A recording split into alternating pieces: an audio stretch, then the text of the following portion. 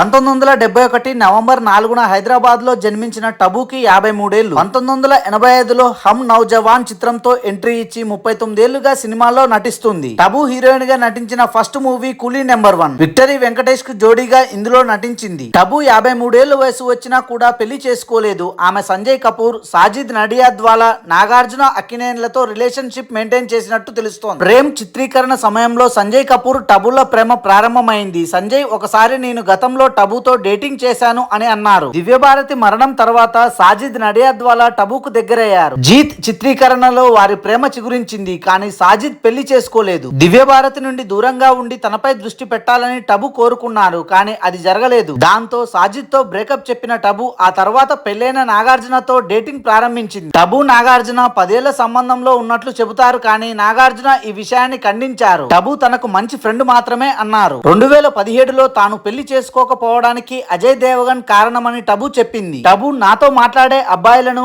అజయ్ కొడతారు, అందుకే ఎవరిని పెళ్లాడలేకపోయాను అంది. Thanks for watching this video. For more interesting videos please do subscribe.